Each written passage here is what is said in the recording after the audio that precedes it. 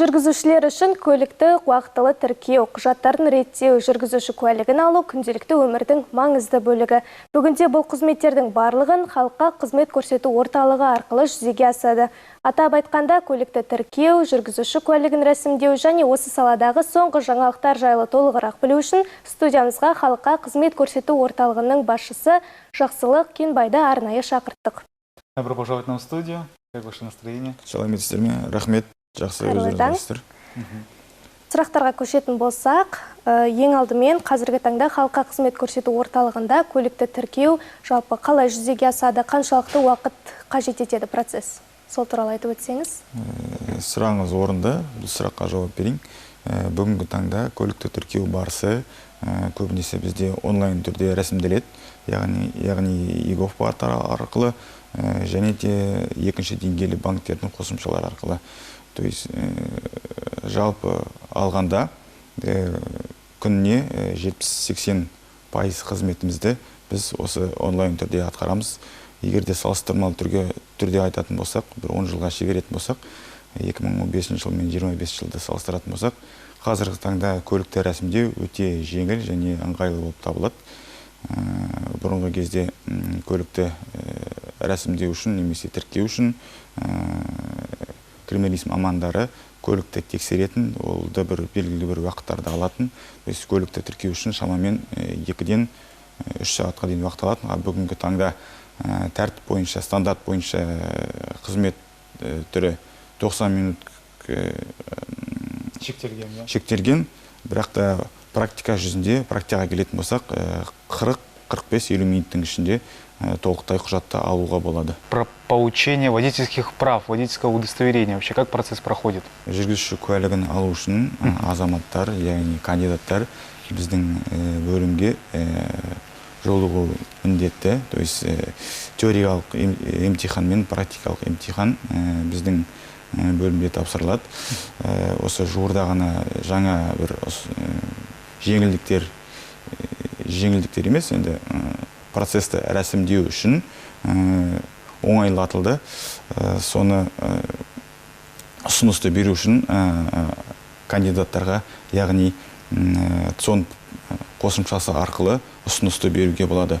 Бұған дейін, то есть кандидат әр ұсынысын беру үшін, то есть процесс оформление жасау үшін бізге бөлімге келіп, түбіртек алып, түбіртек арқылы заявканы өтінішті рәсімдеп, сосын сол өтініш арқылы бұрын жасайтын. Ал мінеки бүгінгі таңда өтініш беру үшін үйде отырып, сол телефоныңыз арқылы ЦОН приложениясы қосымшасына кіріп, сол жерден өтініш беріп, бұрын жасап, бізге тек қана сол белгіленген уақытыңызда ғана келесіз. То есть уақыттарыңыз өте үнемделетін болды. Бұрын бізге таңертең біз 9 жұмыс ашылған кезде 30-40 адамдай кезекте тұратын. Бүгінгі таңда азаматтар өзі үйлерінде ұсынысты береді, белгіленген уақытында ғана бізге келеді. Ол өте ыңғайлы болды бізге де, және де азаматтарға да. Да, сделано все как-то практично уже, да. Сонымен қатар, жаңадан көлік сатып алғанда немесе ескі көлікті сатқан кезде тараптарға қандай құжаттар қажет болады, сол туралы айтып өтсеңіз, ол онлайн түрде жүзеге аса ма, әлде офлайн түрде ме? Құжаттарға тоқталып кететін болсақ, бүгінгі таңда тоже өте бүкіл сала бойынша автоматтандырылып жатыр. Яғни қараңыз, бүгінгі таңда көлікті қайта рәсімдеу немесе бір адамға, екінші адамға тіркеу үшін ең бірінші құжат ол жеке куәлік болу керек. Өйткені жеке куәлікпен біздің мамандар сәйкестендіреді адамды, және де бізге жақын арада биометриялық сәйкестендіруді қосты.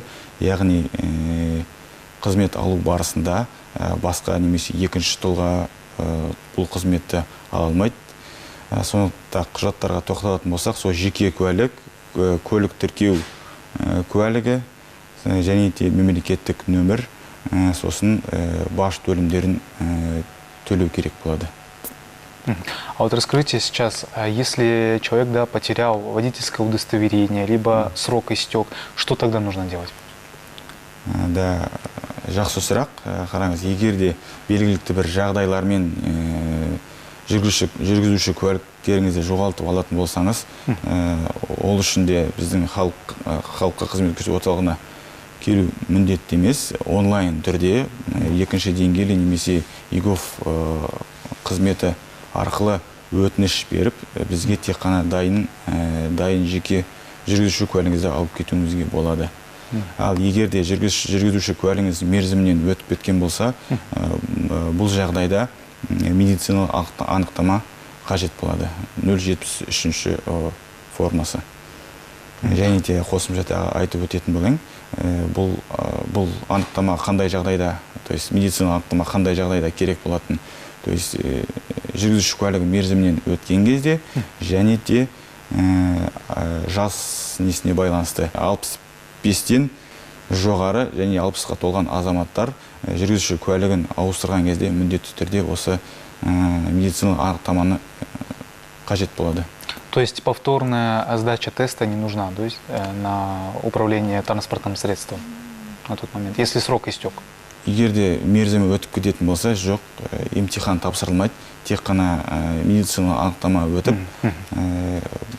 мемлекеттік баж төленіп, то есть түбіртегі немесе кассада, немесе онлайн екінші деңгейлі банктердің қосымшалары арқылы төлеуге болады. Комиссиясыз сомасы бүгінгі таңда 2025 жылы 4915 теңге болады. Ал қазіргі таңда көлікті уақытша тіркеу немесе есептен шығару қаншалықты жиі сұранысқа ие, сол туралы айтып өтсеңіз? Так, бұл ұсыныс сұранысқа ие деп айта алмаймын. Бізде 23 жылы осы заңдастыру аясында легализация дегенді білесіз, сол кезде уақытша тіркеу рәсімделген болатын. Сол кезде белгілікті бір себептермен басқа мемлекеттегі көліктердің бір қиындықтары болуына байланысты азаматтар көліктерін уақытша тіркеуге қойған болатын. Бүгінгі таңда сол мәселелерін шешіп, сол уақытта қойған көліктерді тұрғылықты тіркеуге қойып жатыр. При получении водительского удостоверения какие изменились именно процессы получения, вот если сравнивать, например, 5 лет назад и как сейчас это происходит? Сұрағыңыз орынды. Бүгінгі таңда, қателеспесем, 1,5-2 жыл бұрын Б санаты және де А санатын алу үшін азаматтар, кандидаттар автомектепке бармай-ақ өздері үйде дайындалып алуға мүмкіндіктері болатын. Қазіргі таңда өзгеріс енді қандай санатты алсаңыз да міндетті түрде автомектепке барып, автошколаға барып, оқып, сол жақтан оқыт деген құжатыңызда алуыңыз міндетті. Және де осы 25 жылдан бастап сол оқылды деген қағаз міндетті түрде электронды базаға тіркелуі қажет. Жалпы осы жылы өзіңіз білесіз, жасанды интеллектке өте көп назар аударылып жатыр. Жалпы алдағы уақытта көлік саласында осы жасанды интеллектке байланысты автоматтандыру деген сияқты бір жаңашылдықтар бола ма? Сол жағдайда. Жаңашылдықтар болып жатыр. Біз орнымызда тұрып жатқан жоқпыз. Заманның талабына сай, әр мезгіл сайын белгілі бір өзгерістер болып, халыққа, адамдарға ыңғайлы болу үшін көптеген жұмыстар жасалып жатыр. Қазіргі таңда сол приложение ЦОН арқылы азаматтар көлігін қайта тіркеу үшін алдын ала бізге келмей бұрын ақ сол қосымша арқылы алып сату договорды рәсімдеп, бізге тек қана уже заявканы оформить етуге ғана келуге болады. Сосын тағы да соңғы жаңалықтарға өзгерістерге айтып кететін болсам, жаңа айтып өттім, биометриялық сәйкестендіру бізге қосылды деп, бұл өте жақсы деп ойлаймын. Себебі қызмет алу барысында сол жүргізуші куәлігін алғанда да басқа тараптар уже бұл қызметті ала алмайды.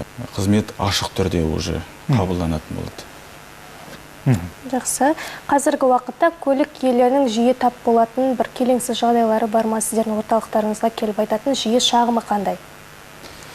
Так, қолайсыз жағдайлар ол енді көбінесе бәрі неге ауысып отыр ғой. Электронды болып отыр. Сол тараптан кейбір кезде де бір ақаулықтар болып отады. Сондай бір жағдайларда бір қолайсыз болады. Ондай жағдайда енді кішкене сабырға келіп, күтуге тура келеді. Және де ескі көліктерді қайта тіркеу барысында кейбір көліктердің техникалық сипаттамалары болмағандықтан бір сондай қиындықтар болады. Бірақ та оның шешімі бар. Өтініш жазып, базадағы сол сипаттамаларды өзгертіп, сосын келіп қызметті алуға болады. Биыл жүргізуші куәлігін алу тәртібіне қандай жаңадан заңға байланысты заңнамалық тұрғыдан өзгешеліктер енгізіп жатыр? Мысалы, бұрында егер жүргізуші куәлігін алғанынан 10 жыл уақыт өткен болса, оны тапсыру үшін белгілі бір тесттерді қайта тапсыратын беді. Қандай бір өзгеріс бар? Ол кезде жүргізуші куәлігін тапсыру барысында кандидаттар практикалық емтиханды жұма сайын тапсыра беретін. Бұл кезде кандидаттар мындай дайындықсыз келіп, осы жолы өтіп кетемін, немесе болмаса келесі жолы өтіп кетемін деген сондай жағдаймен ұсыныс өте көп болатын. Сол 22 жылдан бастап өзгеріс енгізілді. Яғни қазір емтихан тапсырғанда практикалық емтиханды 3 рет тапсыруға болады. Егер де 3 рет тапсыра алмасаңыз, онда қайтадан теориялық емтиханды тапсыру керек. Сол өзгерістен кейін көп кандидаттар уже емтиханға арнайы дайындалып келетін болды. То есть уже кішкене өз-өздеріне дайындықпен бізге келіп. То есть уже более подготовлен. Да, нет такого, чтобы типа я пришел и я сегодня сдам и все, да. Сегодня получится, если не сегодня, так, тогда может, возможно, в следующий раз получится. Нет, уже люди приходят осознанно, уже подготовлено, чтобы уже они знают, что у них попытки ограничены и уже готовятся более хорошо. Ну что же, Аксок, спасибо, что пришли к нам в гости, уделили время. Желаем вам в работе всего хорошего. Рахмет, сіздерге де көп шақырғандарыңызға. Еліміз аман, жұртымыз тыныш болсын, Қазақстанымыз өркейе берсін.